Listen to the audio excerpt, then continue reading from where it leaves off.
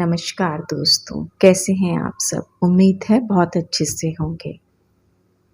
आज हम आपके सामने एक ऐसी सत्य घटना लेकर आए हैं, जिसको सुनने के बाद आपके दिल से एक यही आवाज़ निकलेगी, आखिर क्यों? और आप भी अपनी आँखों को नम होने से नहीं रोक पाएँगे। क्योंकि जब मैं ये आर्टिकल पढ़ रही थी, ये सत्य घटना पढ़ रही थी, तो पढ़ते-पढ़ते कई बार इमोशनल हो गई। मेरी भी आँखें नम हो गई कि ऐसा भी होता है। मेरे भी दिल से यही आवाज़ निकली, आखिर क्यों?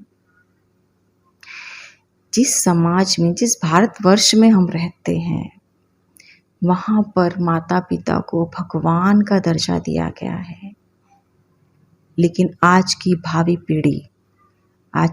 पीढ़ी का कुछ हिस्सा, सबकी बात हम नहीं करेंगे।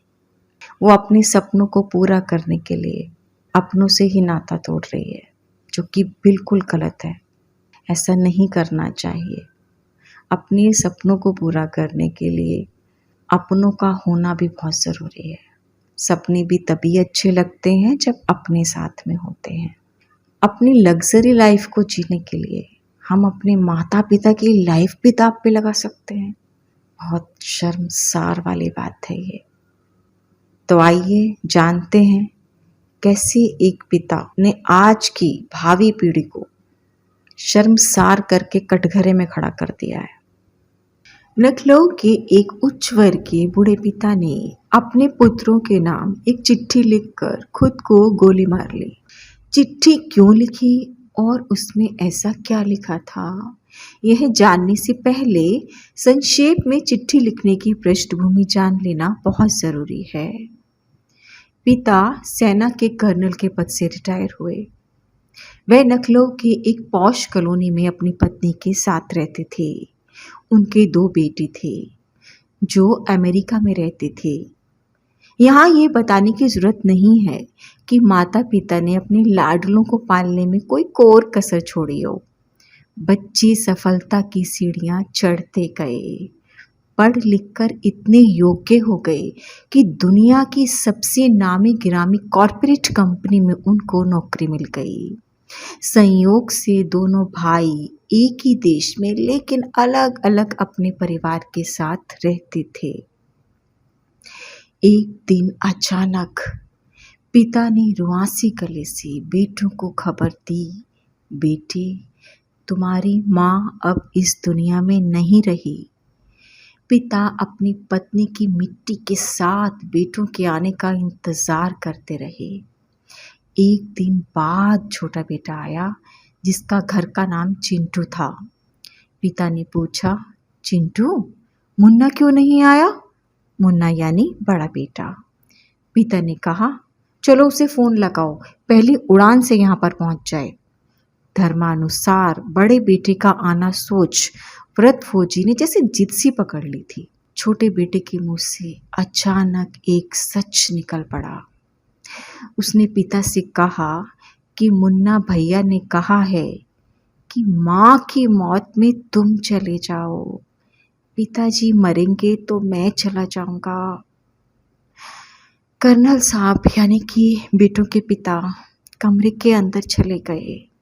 खुद को कई बार संभाला, फिर उन्होंने चंद पंक्तियों का एक पत्र लिखा जो इस प्रकार था।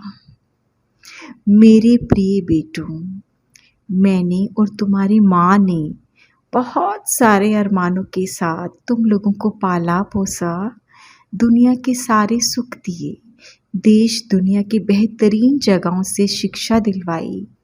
जब तुम्हारी माँ अंतिम सांस ले रही थी तो मैं उसके पास था। वह मरते समय तुम दोनों का चेहरा एक बार देखना चाहती थी और तुम दोनों को बाहों में भरकर चूमना चाहती थी। तुम लोग उसके लिए वही मासूम मुन्ना और चिंटू थे।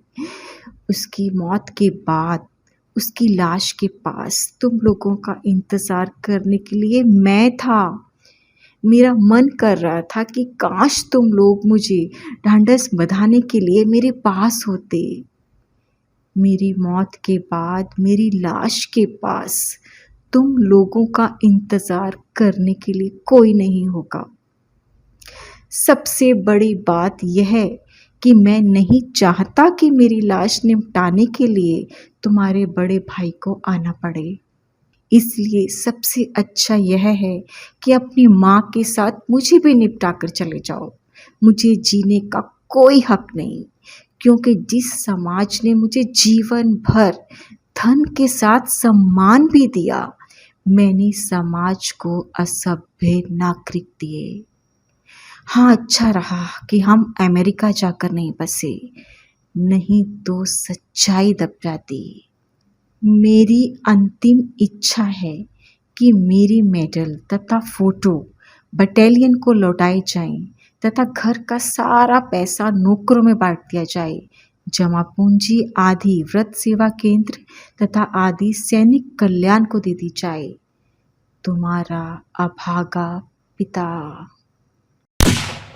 कमरे से ठाई की आवाज आई। कर्नल साहब ने खुद को गोली मार ली थी।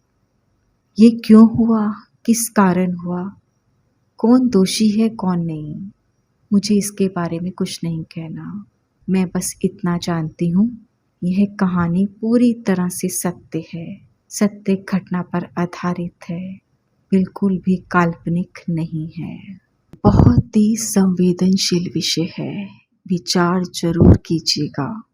तो जिस तरह से एक छायादार वृक्ष के नीचे बैठकर हमारी सारी थकावट दूर हो जाती है, कितना सुकून मिलता है हमको, कितना आराम मिलता है हमको, उसी तरह से हमारे माता पिता भी हमारे लिए छत्र छाया हैं। उनकी छत्र छाया में रहिए, उनका हाथ और साथ कभी मत छोड़िए, उनको प्यार दीजिए, उनको सम्मान दीजिए जिसके वो असली हकदार हैं। तो दोस्तों, हम फिर मिलेंगे एक अगली वीडियो के साथ। तब तक अपना ख्याल रखिए, अपनों का ख्याल रखिए, अपनों के साथ रहिए। धन्यवाद।